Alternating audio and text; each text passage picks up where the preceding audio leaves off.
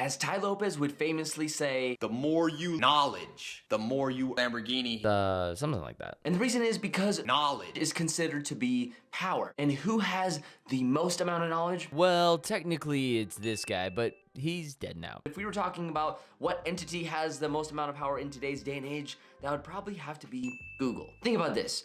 You buy a product, let's say a Google or Android phone, you register the phone with your Gmail ID, and then you download apps from their Google or Play Store. You then grant permission to the apps for them to know your location, your contacts, your birth date, your name, and all the pieces of information that could identify you back to that phone. And the crazy thing is, most people in the world actually use an Android phone. Around 70% in fact, and only about 25% of the people in the world use iOS. So practically Google knows everything about you. Who you talk to, what games you like to play, what songs you like to listen to, what food you order, which movies you watch, where you are going, your birthday, your friends' birthdays, and so much more. And all of this data gives them the know-how to be able to advertise to their consumer at an insanely accurate rate. So when you say something or when you visit a location, they might pick advertisers to you based off of what you just said, maybe what you said in a text message or the location that you are at. But one of the craziest things of all is that Google is and will likely be one of the most, if not the most visited website on the internet like it is today. And you know the second most visited website, which is YouTube. And guess what? It's also owned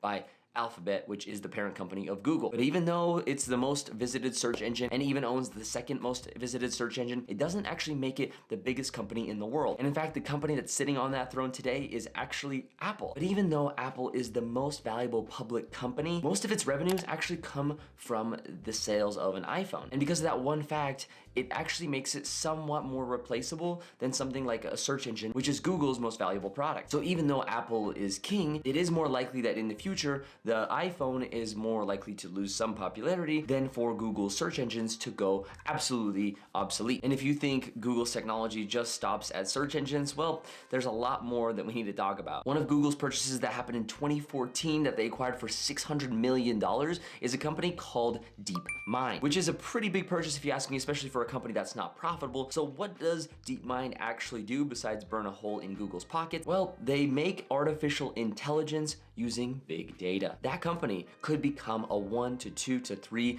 trillion market cap sized company. And that's just one example of the many companies that Google owns under their belt that could potentially become absolute giants in their industry. For example, Nest is a company that you guys have probably heard of, and that is a company that is making homes around the country a lot smarter. Waymo, another Google subsidiary, is a self-driving car company. AdSense is considered to be the biggest ad company in the world. The Gmail brand is the most used email service. Google Chrome is the most used internet browser, and Fitbit, which is already the most bought and used fitness wearable tracker. And on top of all that, they're always innovating and creating new tech, or at least making acquisitions of big tech companies. So with all of this in mind, what is stopping Google from becoming a 10 or $20 trillion company? Well, let me tell you this, it's not Google's revenues and it's not Google's balance sheet either. Google has so much stockpiled cash on their balance sheet that they could be building new companies during an absolute huge downturn in the economy. So why aren't they a 10 or $20 trillion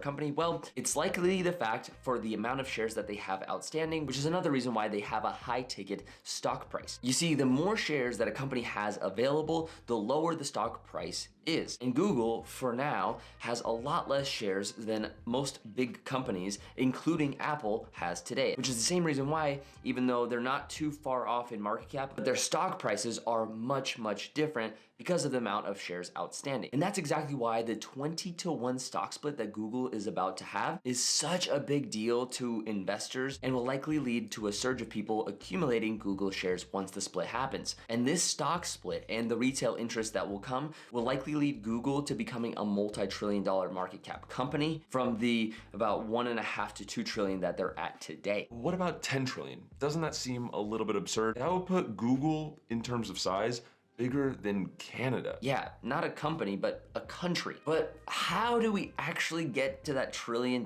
market cap without it being extremely overpriced? Meaning, how do we get the PE ratios to seem like it's properly valued to investors? Otherwise, investors will never buy into a company that's extremely overpriced. So in order to get to that valuation, let's talk about the revenues. So on this chart, as you can see, last year they brought in $256 billion in revenue. That's $250 billion or 1/7 of their entire market cap in just 1 year alone. That's insane. And now let's look at the graph from Microsoft, which has a bigger market cap than Google by nearly 500 billion, or about 20%, but the revenues are way different. Because Microsoft only brought in 168 billion last year compared to Google's 256 billion, that's nearly $90 billion difference. And if you consider Microsoft to be properly valued for the money that they're bringing in, well, that means Google is roughly around 50 to 55% undervalued for the amount of money that they're about to bring in. And that's about a gap of around $1 trillion.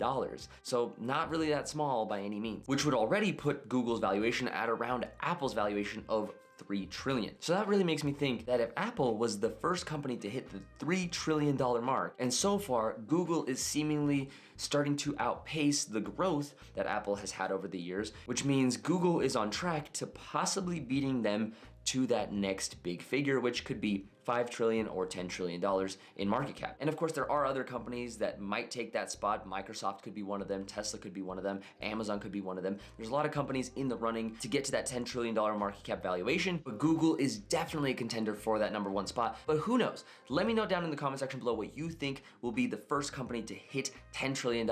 I'd love to hear from you and exactly why you think this. And without any further ado, I'll see you guys in the next one. Make sure to smash the like button and don't forget to subscribe. See you guys next time. Peace out.